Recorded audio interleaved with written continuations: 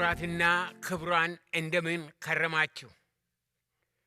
ይህ ዛሬ የማሰማችሁ መልእክት በምንም አይነት መልኩ አዘጋጃለሁ ብዬ አስቤ የማላውቀው ነው።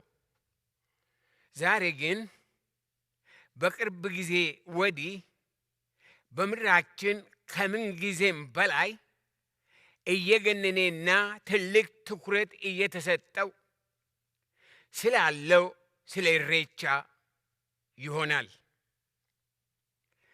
እንግዲህ ይህን መልእክት ለምትሰሙ ሁሉ አደራ የምላችሁ ለራሳችሁና ለምድሪቷ ጭምር ነውና መልእክቱን እስከ መጨረሻ ሰምታችሁ የኔን ጩኸትና ጭንቀት ምን እንደሆነ እንድትረዱልኝ በትህትና እጠይቃለሁ። እኔ ቄስ ቶለሳ ጉዲና እባላለሁ። የተወለድኩት በወለጋ ክፍለ አገር በግንቢ አውራጃ በደንጎሮ ዲሲ በሚባል ሲሆን ያደግኩት በአቦ ጮንጌ አካባቢ፣ የተማርኩት በቦጂ ድርመጂ አንደኛ ደረጃ ትምህርት ቤት ነው። በብዙ አሳዛኝ ሁኔታ ቤተሰቦቼ ተሰደው ወደ ባቦ ከመምጣታችን በፊት እኔ በተወለድኩበት ገጠር ኢሬቻና አከባበሩ በጣም የገነነ ነበር። የአካባቢው ሰዎች ከቅርብም ከሩቅም ለጋ ቅጠልና የሚሰዋ እንስሳ ይዘው በህብረተሰቡ ዘንድ በታወቀ ቃልቻ እየተመሩ በቅርባችን ባለው አንድ ጉብታ ላይ ተሰብስበው በሬውን እየሰዉ ደሙን እየረጩ ተንበርክከው ሲሰግዱ እንደ ትላንትና ትዝ ይለኛል። ቅቤ የተቀቡ ጨሌ በጮጮ ይዘው አንጋፋ ሴቶች በልዩ ዝግጅት ይመጡ ነበር። በዛ ቦታ ይደረግ የነበረው በዛን ጊዜ ብዙ ባይገባኝም ደማቅ ልብስ ለብሰው ቅቤ ተቀብተው በመጡት ሴቶች ላይ ይወርዳል ተብሎ የሚጠበቅ አጋንንታዊ መንፈስ ነበር። መንፈሱ ግን በግልጽ የሚወርደው በሁሉም ላይ ሳይሆን በጥቂቶቹ ላይ ነው። ይህ የሚደፋና የሚያቀባጥር መንፈስ የሚወርድባቸው ሴቶች የአጋንንቱ መንፈስ እንደመረጣቸው ተቆጥሮ እንደ እድለኞች ይታዩ ነበር። መንፈሱ ሲመጣና በሰዎች ላይ ሲወርድ ሕዝቡ ይሰግዱለት ነበር።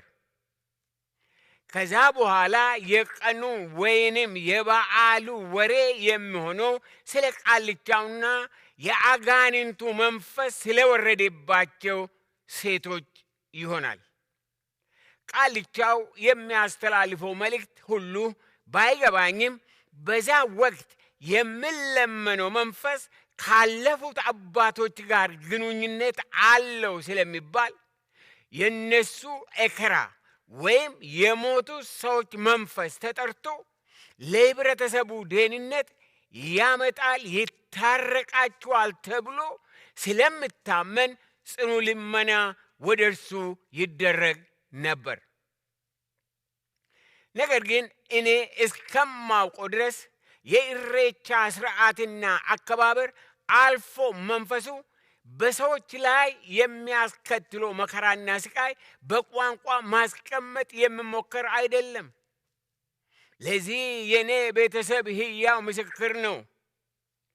ለቤተሰቦቼ በተለይ በእናቴ ላይ ከመናፍስት ዓለም የሚመጣባት ኃይለኛ ጥቃት ነበር።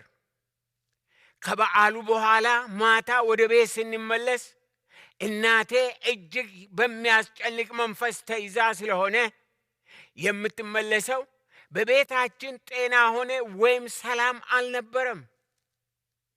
ሰይጣን እያፏጨ መጥቶ እናቴን ሲደፋት እኔ በጆሮዬ ሰምቻለሁ፣ በዓይኔም አይቻለሁ። እንዲሁም በአባቴና በእናቴ መካከል ፍጹም ሰላም አልነበረም። ይህ በእናቴ ብቻ ሳይሆን በዛ ለአምልኮ በተገኙ ሴቶች ሁሉ በየቤታቸው የሚያልፉበት የጓዳ ስቃይና ሰቆቃ እንደነበር እንሰማ ነበር። መንፈሱ የሚሰራው በህብረተሰብ መካከል ሰላም እንዳይኖር ጭቅጭቅና አምባጓሮ በማስነሳት ነው።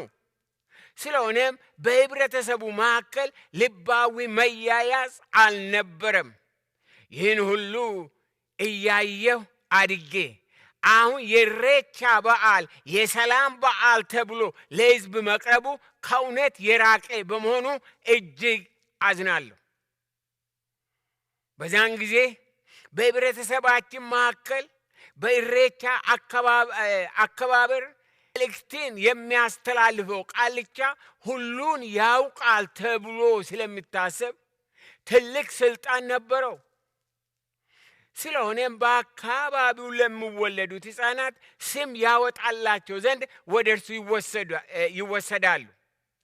ስም ካወጣላቸው በኋላ የወደፊት ዕድላቸውን ምን እንደሚሆን በጥንቆላ ይነግራቸው ነበር። ከወላጆቼ የተወለዱት የመጀመሪያዎቹ 3ቱ ሕፃናት ሲወለዱ ወደ ቃልቻው ቤት ተወስደው ስም ከወጣላቸውና በኑሯቸው ምን እንደሚገጥማቸው ከጠነቆለላቸው በኋላ ሕፃናቱ ልክ ከቃልቻው ቤት ሲወጡ ወደ ቤት ሳይደርሱ በቅጽበት በመንገድ ላይ እያሉ እያንዳንዳቸው እንደሞቱ ወላጆቼ በእንባና በመራራ ሐዘን ውስጥ ሆነው ሲያወሩ ይሰማ ነበር። ወላጆቼ 3ቱ ልጆቻቸውን በቃልቻ ካጡ በኋላ አባቴ ጌታ ይባርከውና ከእንግዲህ ወዲያ ልጆቼ ከሞቱም በቤት ይሙቱ እንጂ እኔ ወደ ቃልቻ ቤት አልወስዳቸውም ብሎ ስለወሰነ ከታላቋ እህቴ ጀምሮ የተወለድነው ቃልቻው ቤት ስላልተወሰን በሕፃንነት ከመቀጨት ተርፈናል። እውነተኛ ሰላምና ዕረፍት በቤታችን የሆነው ጌታ ኢየሱስ ክርስቶስን ካገኘው በኋላ ነው። እናትህ እና ትንሹ ወንድምህ እኔን ተከትሎ ጌታን ተቀበሉ። ከዚህም የተነሳ እናቴ ከታሰረችበት አጋንንታዊ አሰራር ጌታ ነፃ አውጥቷት በቤታችን ትልቅ ዕረፍትና ሰላም ሆነ። ለእናቴም ከዛ በኋላ ለነበራት 31 ዓመታት ተለማምዳው በማታውቀው ሰላምና ዕረፍት ጤና እና ኑሮ ከኖረች በኋላ በመጨረሻ ወደ ጌታዋ ተሰበሰበች። እኔም በጌታ ቤት አገልጋይ ሆኜ እስከ ዛሬ የአምላኬን ድንቅ ሥራ አወራለሁ። ክብር ለዘላለም እስከ ዘላለም ለጌታ ይሁን። ከዚህ የተነሳ ወገኖቼ ለኢሬቻ ያለኝ አመለካከት በሙሉ የስቃይ፣ የመከራ፣ የእንባ፣ የሰቆቃ እንጂ ሌላ መልካም የሆነ ምንም ነገር ይወጣዋል ብዬ ማመን አልችልም። ስለዚህ የኢሬቻ አምልኮ ከሕዝባችንና ከምድራችን ለዘላለም ተነቅሎ እውነተኛ ፍቅርንና ሰላምን ወደ ሕይወቴና ወደ ቤቴ ባመጣው ጌታ ኢየሱስ ኢትዮጵያ እንድትጎበኝ የዘወትር ጸሎቴ ነው። ይህ ባጭሩ የመሰከርኩላችሁ እኔ ባደግኩበት አካባቢ ይሆን ስለነበረ እኔም በዓይኔ ያየሁትና የተሳተፍኩት እንጂ ከሌሎች የሰማሁት ከመጻሕፍት ያነበብኩት አይደለም። ይህ የኢሬቻ የአምልኮ ባህል በኦሮሞ ህብረተሰብ ዘንድ በጣም የተስፋፋ ስለሆነ አደራረጉ ይለያይ እንጂ መንፈሱ አንድ እንደሆነ ምንም ጥርጥር የለውም። በነገራችን ላይ ኢትዮጵያን እያመሰ ያለው የኢሬቻ መንፈስ ብቻ ሳይሆን በምስራቅ፣ በምዕራብ፣ በሰሜን፣ በደቡብ አካባቢ ሆኖ በተለያየ ስም የሚገለጽ አጋንንታዊ አሰራር እንዳለ የማይካድ ሐቅ ነው። ስለዚህ ለመላ ኢትዮጵያ የሚያስፈልገው ሰላምን፣ ጤናን፣ አንድነትን በሚያመጣ ወደ እውነተኛው አምላክ መመለስ ብቻ ነው። ስለሆነም ይህን ሁሉ በሕይወቴ የሆነውንና በዓይኔ ያየሁትን ለመመስከር ያነሳሳኝ በአሁኑ ጊዜ በምድራችን ኢሬቻ እንደ አዲስ እንቅስቃሴ ሆኖ የሕዝቡን በተለይም የኦሮሞ ልብ እየሳበ መሆኑን እየተረዳው ስለመጣው ነው። ሰዎች ሲያወሩ የሚሰማው ኢሬቻ የኦሮሞ ባህል የሰላምና የአንድነት እንቅስቃሴ ነው በማለት ነው።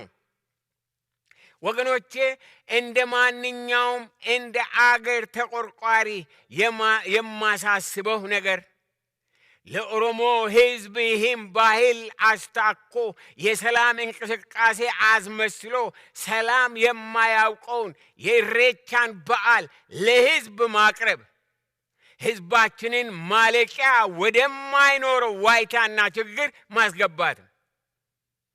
ለመሆኑ ኢሬቻ ሕዝብን አንድ የሚያደርግ ከሆነ ለኢትዮጵያ ቀርቶ ለመላው አፍሪካ ኩራት የሆነውን ብሔርተኝነትን ተጸይፎ ሕዝባችንን ከላይ እስከታች አንድ ለማድረግ እየሰራ ያለውን ከኦሮሞ ቤተሰብ እግዚአብሔር ያስነሳው መሪ ኦሮሞች እንዴት ከእርሱ ጋር ሰላምና አንድ መሆን አቃታቸው?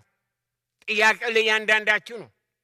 ኢሬቻ ሰላምን የሚያመጣ ከሆነ የኦሮሞ ሕዝብ አንድ በመሆን ለኢትዮጵያ ሕዝብ እንዴት ምሳሌ መሆን አልቻሉም? እንዴት አቃተን? ዛሬ በምድራችን እየሆነ ያለውን ብንመለከት የኦሮሞ ደም በኦሮሞዎች እየፈሰሰ እንደሆነ እንዴት ማስተዋላችን ተወሰደብን?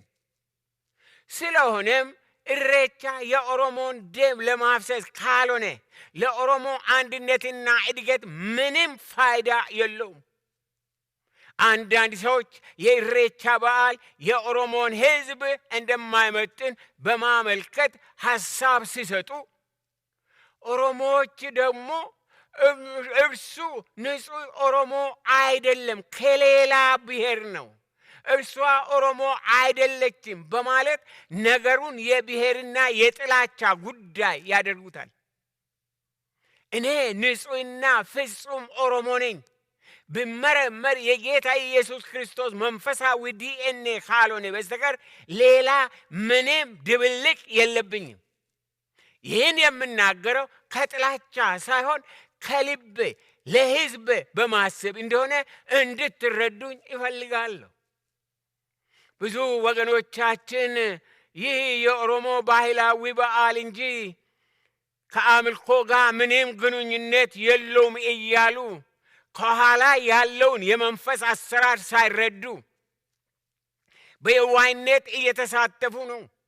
ሆኖም ግን የሰላም የአንድነት እየተባለ ሲወደስ ቆይቶ ገና በመስቀል አደባባይ ተከብሮ ሳምንት ሳይሞላ ብዙ የኦሮሞ ልጆች ደም መፍሰሱ ማስተዋል ላለው ሰው ኢሬቻ ሰላምን የማመጣ እንደሆነ ግልጽ ነው። ዛሬ ኢሬቻ በወጣቱ ኦሮሞ ሕዝብ መካከል ያገኘው ቦታና አክብሮት ሲሰማ እጅግ በጣም አዝናለሁ። በተለይም ጌታን እናውቃለን የሚሉ የወንጌል አማኞች በዚህ መንፈስና ስርዓት ውስጥ በመጠመዳቸው ለሌሎች እንቅፋት በመሆን የሚያሳስቱ ስለሆነ የነሱ ጉዳይ ከሐዘንም በላይ የሚያስለቅስ ነው። ለመሆኑ ብርሃን ከጨለማ ጋር ምን ግንኙነት አለው? በሁለተኛ ቆሮንቶስ ምዕራፍ 6 ቁጥር 14 ላይ ከማያምኑ ጋር በማይመች አካሄድ አትጠመዱ፣ ጽድቅ ከዓመፅ ጋር ምን ተካፋይነት አለውና ብርሃንም ከጨለማ ጋር ምን ኅብረት አለው በማለት ይናገራል። አያስደንቅም? እንዲሁም በኤፌሶን ምዕራፍ 5 ቁጥር 9 እስከ 11 ድረስ የብርሃኑ ፍሬ በበጎነትና በጽድቅ በእውነትም ሁሉ ነውና ለጌታ ደስ የሚያሰኘውን እየመረመራችሁ እንደ ብርሃን ልጆች ተመላለሱ፣ ፍሬም ከሌለው ከጨለማ ሥራ ጋር አትተባበሩ፣ ይልቁንም ግለጡት እንጂ ይላል።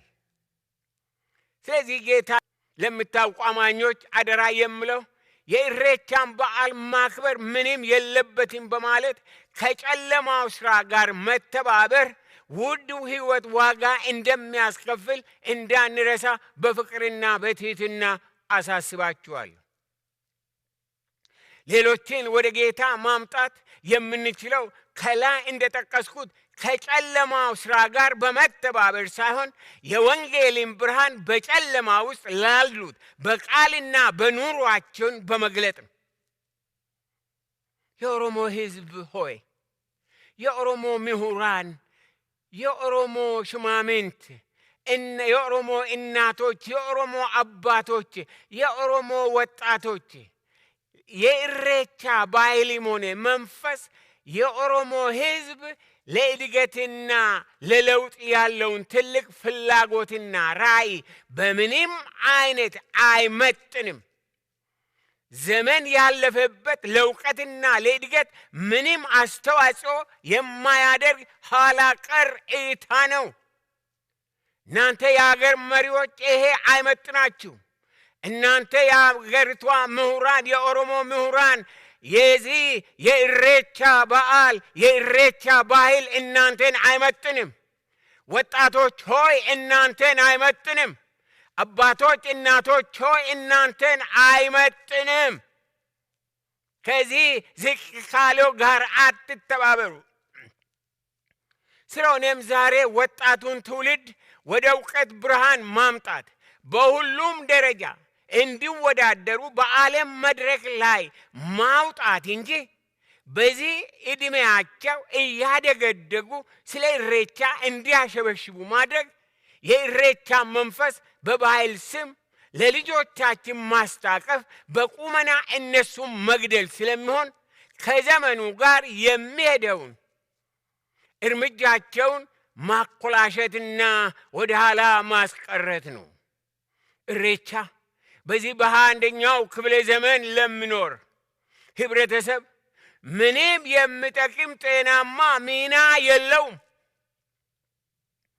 ከእንግዲህ የህብረተሰባችንን የታድሶ እርምጃና ራዕይ የማይመጥንን ሁሉ የምንተፋው እንጂ የምንውጠው፣ የምናወልቀው እንጂ የምናጠልቀው መሆን የለበትም። ከባህላችን እንድንማር ያለፉት አባቶቻችን ከድህነትና ከድንቁርና የተነሳ ተጨቁኖ የሄዱበትና የኖሩበትን ማወቅ በመጠኑ አይከፋም።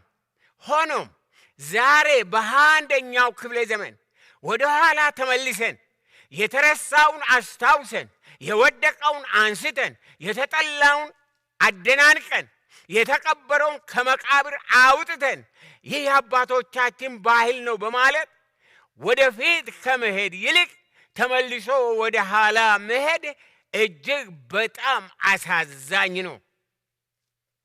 ምክንያቱም እነሱ ከቅንጦት ሳይሆን ከይጦት ጎጆ ውስጥ ተቀምጠው እንደሆነ ባህላችን ነውና እኛም በጎጆ ውስጥ እንቀመጥ፣ እነሱ ራቁታቸውን ሄዶ እንደሆነ እኛም ራቁታችንን እንሂድ፣ እነርሱ ዛፍ አምልከው እንደሆነ እኛም ዛፍ እናምልክ ነው የምትሉኝ?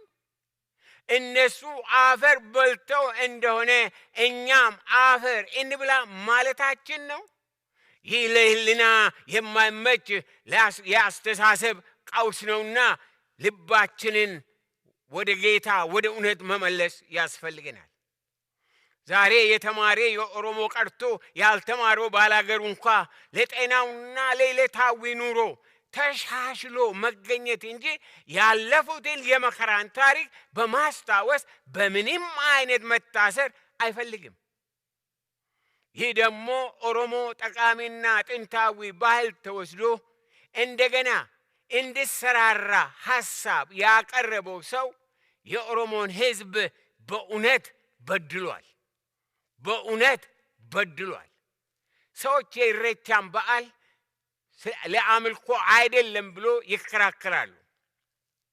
ለአምልኮ ካልሆነ ቅቤ ተቀብተው ጨሌያቸውን አንግተው የሚሰዋ እንስሳ ይዞ በአንድ ላይ የሚለምነው ምንድነው? ከዚህ አንፃር ስንመለከተው እሬቻ የወጣለት የመናፍስት አምልኮ ነው። ይህን ከልጅነቴ ጀምሬ በአይኔ ስላየሁት ማንም ሌላ ሊክደኝ ወይም ሊያሳምነኝ አይችልም። ይልቁንስ ይህ መንፈሳዊ ጦርነት እንደሆነ ብናስተውል ጥሩ ነው። በመጽሐፍ ቅዱስ ውስጥ እጅግን የተወሳሰበና የተጠናከረ የክፉ መናፍስት ዓለም እንዳለ በኤፌሶን መልእክት ምዕራፍ 6 ቁጥር 12 ላይ እንመለከታለን። መጋደላችን ከደምና ከሥጋ ጋር አይደለምና ከአለቆችና ከስልጣናት ጋር ከዚህም ከጨለማ ዓለም ገዦች ጋር በሰማያዊም ስፍራ ካለ ከክፋት መንፈሳውያን ሰራዊት ጋር ነው እንጂ በማለት ይናገራል። ምድራችን የተያዘው፣ ሕዝባችን የተያዘው፣ ሰሜኑ የተያዘው፣ ምዕራቡ የተያዘው፣ ደቡቡ የተያዘው፣ ምስራቁ የተያዘው በዚህ በጨለማ መንፈስ ነው። ስለዚህ ነው አንድ ላይ መኖር ያቃተን። ስለዚህ ነው የምንገፋፋው። ሌላውን የሚበድለው ስለዚህ ነው። ሌላውን የሚሰርቀው ስለዚህ ነው። ከነዚህ ከመናፍስት አሰራር ለመላቀቅ መፍትሄው በኢየሱስ ክርስቶስ በማመን ነፃ መውጣት እንጂ ሌላ መንገድ የለውም። በምድር ላይ አጋንንትን ከሰው ሕይወት የሚያወጣ ከሰው ነፃ የሚያደርግ የታሰሩትን የሚፈታ ማንም ኃይል ምንም ሃይማኖት የለም ያለ ኢየሱስ ክርስቶስ። ኢየሱስ ክርስቶስ ትላንትናም ዛሬም ለዘላለምም ጌታ ነው። እሱ ይፈታል፣ እሱ ይፈውሳል፣ እሱ ያድናል፣ እሱ አንድ ያደርጋል። እሱ ወገኖቼ ስራውን በሕይወታችን በምድራችን ላይ ይስራ። በሁለተኛ ቆሮንቶስ ምዕራፍ 10 ቁጥር 3 እስከ 5 ባለው ውስጥ የእግዚአብሔር ቃል እንዲህ ይላል። በሰው ልማድ ምንም እንኳ የምንመላለስ ብንሆን እንደ ሰው ልማድ አንዋጋም። የጦር ዕቃችን ሥጋዊ አይደለምና ምሽግን ለመስበር ግን በእግዚአብሔር ፊት ብርቱ ነው። የሰውንም ሐሳብ በእግዚአብሔርም ዕውቀት ላይ የምነሳውን ከፍ ያለውን ነገር ሁሉ እናፈርሳለን፣ ለክርስቶስም ለመታዘዝ አእምሮን ሁሉ እንማርካለን እያለ ይቀጥላል። ስለዚህ ከዚህ ከክፉ መንፈስና አሰራር ነፃ ለመውጣት በጌታ በኢየሱስ ክርስቶስ በማመን ብቻ በእግዚአብሔር ቃልና በጸሎት በማደግ ነፃ መውጣትና በሰላም መኖር ስላለ የዛሬ ግብዣችን ወደ እርሱ እንድንመለስ ነው። ኢትዮጵያ ወደ እግዚአብሔር ትመለስ። ኦሮሞዎች ወደ እግዚአብሔር ይመለሱ። ሌላ መንገድ የለም። ደቡቡ ወደ እግዚአብሔር ይመለስ። ሰሜኑ ወደ እግዚአብሔር ይመለስ። ምድራችን፣ ሕዝባችን ወደ እግዚአብሔር ተመልሰን እግዚአብሔርን እንፈልግ። መንገዱ ያ ነው። ሌላ መንገድ የለም። የሰው ውጣ ውረድ የምናምን የለም ወገኖቼ። መንገዱ አንድ ነው። ኢየሱስ ክርስቶስ እኔ መንገድ፣ እውነት፣ ሕይወት ነኝ አለ። 4 ነጥብ። ከሱ ውጪ መንገድ የለም። ከሱ ውጪ ፈውስ የለም። ከሱ ውጪ አንድነት የለም። ከሱ ውጪ መንጻት የለም። ከሱ ውጪ የዘላለም ሕይወት የለም። ስለዚህ የእስራኤል አምላክ እግዚአብሔር ማስተዋልን ይስጠን። ኢትዮጵያን እግዚአብሔር ይባርካት። እናንተንም እያንዳንዳችሁን የሰማችሁን እግዚአብሔር ይባርካችሁ። በእውነት ይባርካችሁ። በማስተዋል ይባርካችሁ። በማመን ይባርካችሁ። በመቀበል ይባርካችሁ። ከጠላት አሰራር፣ ከጠላት መንፈስ፣ ከጠላት ሽንገላ ነፃ ትወጡ ዘንድ የእስራኤል ቅዱስ እግዚአብሔር ይርዳችሁ፣ ይባርካችሁም። በጣም እወዳችኋለሁ። የዘላለም እግዚአብሔር ይባርካችሁ። በሉ በደህና ሁኑ።